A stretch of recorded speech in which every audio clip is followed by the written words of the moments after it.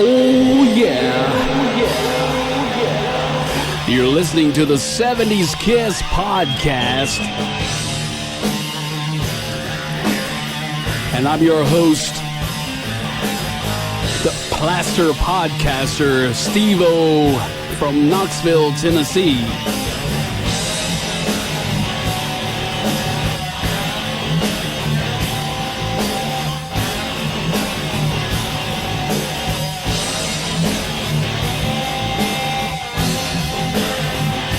This show is about Paul Stanley, Gene Simmons, Ace Frehley, and Peter Criss. If you're looking for something else, you can just keep on knocking. All right, here we go again. I've got Grammy Award-winning producer and guitarist Bob Kulick on the line. How's it going, Bob? Good, Steve. How are you today? Not too bad. Just want to speak with you for a minute or two about your early days in Kiss. And if you wouldn't mind, let's go into it. Tell us all how you met the band. Well, I had just come off of a really great tour that I got hooked up onto by some English friends. There was a blues singer back in the day named Long John Baldry.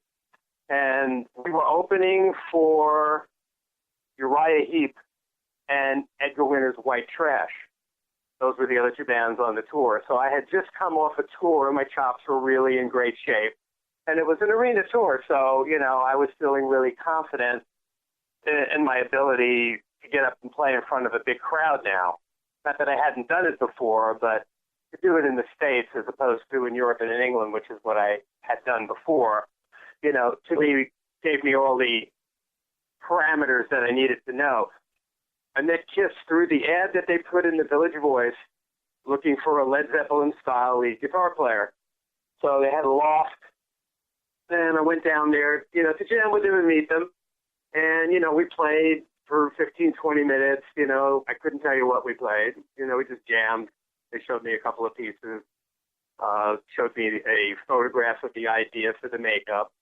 And, we chatted for a few minutes. And this other guy came in who was going to audition next, and he sat in the room for a few minutes until they got him out of there. And that happened to be Ace. And then we exchanged numbers again, and I left. A few weeks later, Paul called me and just said, you play great. The guy that came in after you, he kind of fits what we were kind of looking for. So we're going to go with him, but we wanted to keep in touch with you. So that was my entree into how I wound up hanging out with Paul and Gene, and to some extent, Peter and Ace as well, going to some of the early shows and seeing them play. And again, when I was called upon to help out in the lead guitar department on Kiss Alive 2, Ace was actually at the studio that day. I actually saw him the day that I played. So, we spoke and everything. So there was never any animosity or anything like that. He knew I respected him as a guitar player. He got the gig. But I also knew that he respected me as a guitar player. So, I never had a problem, nor did Ace mention me in any bad way, shape, or form in his book. I know my brother and I saw Peter Criss last year, and we never had anything but a good time together. So that's what happened again. We hadn't seen each other in a while, and it was like, hey, great to see you. He was like, great to see you. We chatted for a while, and, the vibe was really great. So, for me, all of this that's going on about the Hall of Fame and all of this stuff, I kind of wish that everybody could, bury the hatchet and just have everybody that was involved show up, and take credit for doing something that was really special. Absolutely, it was special, and I totally agree. I actually saw this video of you talking about the Kiss Alive 2 recordings, and that you had passed Ace in the lobby of the recording studio, and that you shared a couple of choice words. Tell us what that was all about. Yeah, well, one of the endearing things about Ace is his sense of humor. I mean, the guy's got a great sense of humor, and his delivery is also, fairly, shall we say, character-like. Yeah. So I was done for the day, and, he was in the the TV room, they would just have like a lounge area where you could just, lie around, listen to some music. Some places had pinball machines or ping pong tables and stuff. But he was just sitting there, watching some TV, so I was like, well, I'm out of here. I'll see you later. And he was like, he actually, in his good-humored way, said, so, how was I? And I just, the first thing that popped out of my mouth was the best you ever played. And then, we both laughed. What else could we do? We just laughed. The situation was, fortunately, not a tense, ugly situation. Yeah, I mean, the guy, I mean, every time you see the guy, he's laughing. So, I mean, you kind of know he's got a good sense of humor, but he's definitely a smart guy, that's for sure, Oh, yeah. His book was hilarious. I mean, there was just some things that he revealed in that book was just, I just sit there going, this guy's crazy. But anyway, back in the day, man, when I was growing up, somebody told me about, this other guitar player, and that was an ace. And I was like, oh, my God, this guy's amazing. Those leads are amazing. Who is this guy? So tell me a little bit more about what happened. What happened after that? Well, we kept in touch, and, one thing led to another, and, Paul and I became really good friends, and then we found ourselves working on a solo album, and then we found ourselves working on a solo tour, and, wrote some songs with Gene, so my relationship with the band continued, including, suggesting Bruce as a possible replacement when, the other train wreck appeared. So, I've been involved with the band, on an ongoing basis, one way or the other, since that time. I saw Paul and Gene at my brother's wedding in January, and, spoke to Eric recently, and saw my brother yesterday. So, all of this Hall of Fame stuff that's going on now, I know it's got the fans in an uproar. It's going to be interesting to see how it turns out. I'm hoping that they do the right thing. I think all the guys should be inducted.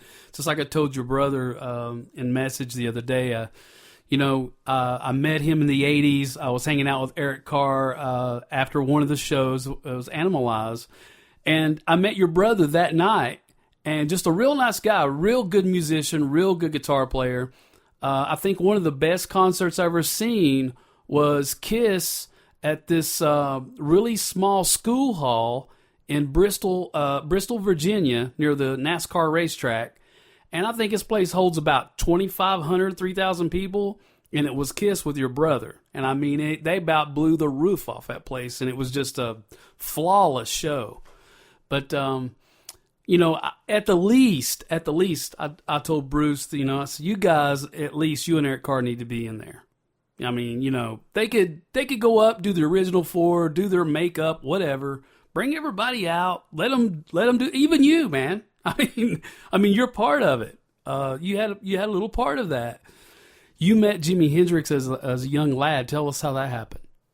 Well, my first band as a kid, we played a club in Greenwich Village, New York, called the Cafe Wah. And Jimmy James and the Blue Flame happened to come in there to audition for one of the nighttime slots.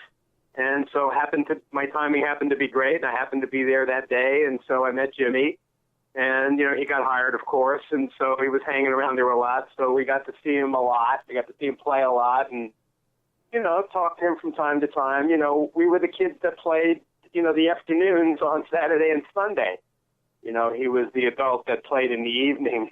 But, it was like a spaceship had landed, and, the guitar player from that planet showed up. I mean, he was so far ahead of everybody else at the time. It was just like, we were all so blown away. I mean, the guy could play better with his teeth than we could with our hands, and he had every trick in the book going. Jimmy James and the Blue Flames. Chas Chandler comes down and sees him, takes him to England a few weeks later, and the rest is history. When he came back to tour, he was opening for the Monkees, and he got fired from that, obviously, because his stage show was too provocative for the kids that were out there watching the Monkees. But he called a bunch of the guys that he'd hung out with in the village and invited a bunch of us up to his hotel room. And he played a whole bunch of music that he brought back from London. And it was really a really fun night to just be around him in his guise now as a star, as opposed to just somebody playing a club in Greenwich Village. Now he was Jimi Hendrix, the star. Unreal. You know, and to see him like that, and, you know, there was Noel and Mitch Mitchell, and it was like, wow, these guys, you could see there was a glow around them, you know, that they had the magic. And, you know, Jimmy was just like, you know, playing all these songs for us. Check this out, check this out. It was just like we were at school, the music school with Jimi Hendrix. It was like one of the greatest experiences, you know, getting high and hanging out at the Warwick Hotel with Jimi Hendrix. You know, it was like something you could never, ever forget. You know, one of the moments that, you know, people ask me about stuff and I can't remember any of it, but there are things that it's like I tell the story and I can see myself sitting on that chair in the hotel room and then on the floor as we all wound up on the floor around him, just passing joints and drinking and listening to music. It was the greatest moments of my life, I guess. Now, you said that that you gave him a guitar string or something? He asked you for Yeah, backstage one night he busted a string and it was like, oops. So, you know, just like, here, I have an extra string, an extra E string. It was like, oh, great, thank you. Then he remembered my name then, you know, Bob, the guy that gave me the guitar string. You know, we were kids. I can kind of understand how you feel and what you're trying to say, because I live here in the mountains of East Tennessee, and right here where ETSU is, we have like this little, you know, college area where they have some clubs and stuff. It's a place called the Casbah, and a place we used to hang out called Quarterbacks. And not saying that Kenny Chesney is as big as Jimi Hendrix, which he's not, but he used to hang out there and play his acoustic guitar there. And I had went down and played drums with him one night, and my dad was trying to get me to go to Nashville with him, and I was like, I don't want to play no country music. He's like, man, he goes, this kid's going to be somebody. You know, we all knew him and stuff, and then the next thing you know, he's this big country star, you know. Yeah, well, yeah, they got to start somewhere. Yeah, you know, yeah. That's the reality. I can't tell you how many guys I saw go from nothingness to where they can't walk down the street because people would recognize. So in that area, in that time, were you hanging at Electric Ladyland? Because I'm kind of getting the picture that you had already had some success before you even met Kiss. And were you like around Electric Ladyland knowing Eddie Kramer and... Well, that's who I worked with on Kiss Alive 2 was Eddie Kramer. Right. But, you know, Jimmy's studio, I remember walking down 8th Street once and Jimmy coming out of Electric Lady and me running into him. Hey, how you doing? Oh, hi, how are you? What's going on? Going to England tomorrow. Going to play the Isle of Wight. So I, great, that sounds great. All right, I'll see you when you get back. Okay, see you when you get back. Yeah. The guy never came back. Yeah. Never came back. You know, so, you know, that studio to me, you know, every time I went down there, I could never play bad in Jimmy's place, that's for sure. Could never play bad there. You know, the guitar pods are on there, you know, so I always felt like no way you can screw up in Jimmy's studio. It's a guitar-friendly studio, you know. So the solos on Paul's record, most of the stuff that was done in New York was done in Electric Lady. That's where we recorded. His solo record. 78. I love that record, man. Love it. Yeah, Tonight You Belong to Me and Move On and those songs. Those are recorded in Jimmy's house there at Jimmy's place. Right. You know, and that's why it had the vibe. That's why it was just like, listen to what that sounds like. It was like a guitar player's studio with the guitar player's engineer. Right. Eddie Kramer engineered for Jimi Hendrix. Yeah. So, you know, I was like in the right place at the right time, which is what life is about to a certain degree. When talent, preparation meets luck, the ability to provide the talent at the right time, then you have a shot. That's just the way the universe works. It's just one of those bizarre things, which is why I hope it's fate, because I can't put the other explanation. Coincidence? I can't buy it anymore. I don't buy it anymore. It's fate. It's not coincidence. It was fate. So, yeah, I feel very lucky. You know, look at all the bands that do Jimi Hendrix, played on Kiss records, I mean, to look at all of that stuff, work with Wasp, produced Motorhead, when I look at what I've done, work with Diana Ross, work with different kinds of artists, did film soundtracks, did themes for TV shows. It's all music. It's all about, your when you share your music with people, you show the part of your soul. So I'm glad that my playing and what I try to provide as a producer, touches people, because then I've done my job. Right. And go into that a little bit. Tell us about what you're doing now, and and any advice that you have to young people out there that are trying to make it, or young old people that are good, that are trying to make it.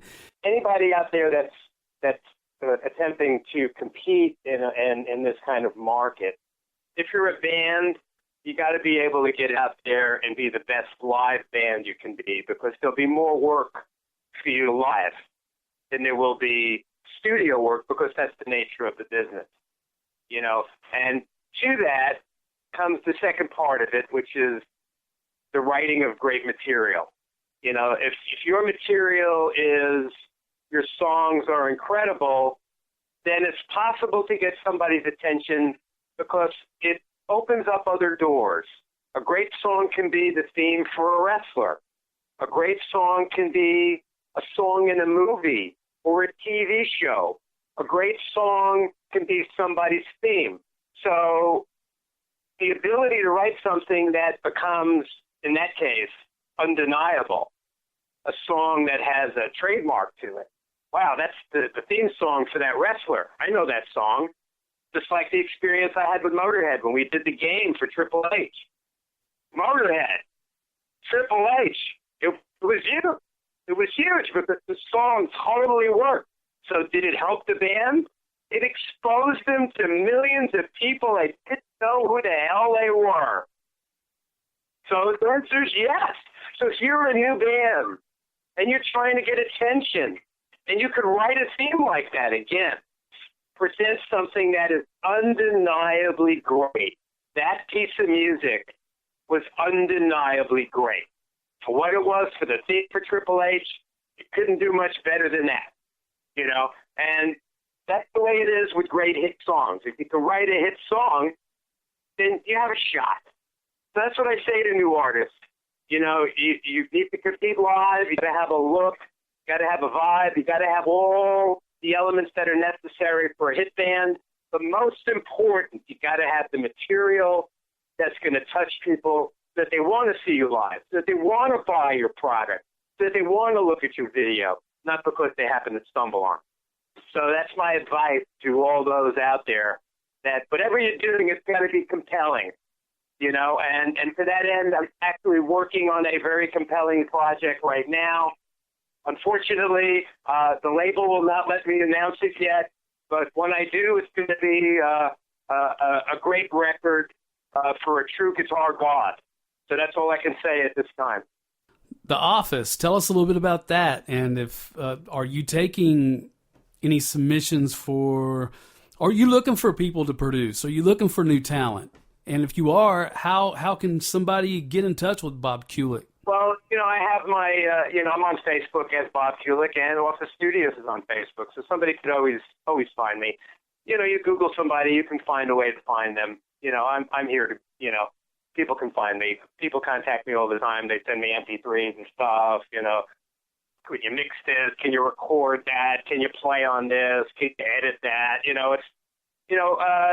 I really, I much prefer, an artist like Ripper Owens, where you got a guy or a band situation where they really have it together to the point where, you're really just, adding some salt and pepper to the soup, and it's not like, oh boy, we got to start from scratch. I prefer to take something and work with people rather that are, already there. On the other hand, if somebody has real talent and they're young kids and they're new and they got something special to offer, And I'm always excited about the prospect of hearing something that would impress me. Sadly, it rarely happens, but from time to time I am impressed by this, that, or the other thing. And, we have produced a bunch of new bands as well, but it's very difficult because even if you're the best orange that there is, wow, what a great orange. If somebody's looking for an apple, the orange doesn't matter anymore. And that's the case today. Rock and metal are, really less in favor, and pop music and country music are really more in favor. In fact, country music, in my opinion, is like rock music. All you do is you add a fiddle, and, a violin or some banjos or whatever, and inside that, if you look at it on face value, guitar, bass, and drums, it's a rock song. Free, Bon Jovi, any one of 20 Bad Company, any one of 20 bands that did songs that were like those songs, except they're country songs because they put the accent on those instruments that identify it as such with an arrangement that is such, Yeah, it's totally crazy how things has turned out. The music's all twisted upside down and all around. Is there anything you want to say to the Kiss fans before we go? I hope the thing with the Kiss in the Hall of Fame, Rock and Roll Hall of Fame thing works out good, and that it all can be something that we can all smile about. And I'm doing a show next week in Las Vegas, and I've been doing a bunch more shows with Kiss tribute bands and charity events and corporate events like the one I'm doing next week. And so if you see that I'm going to play, come by and check it out. So that's a wrap.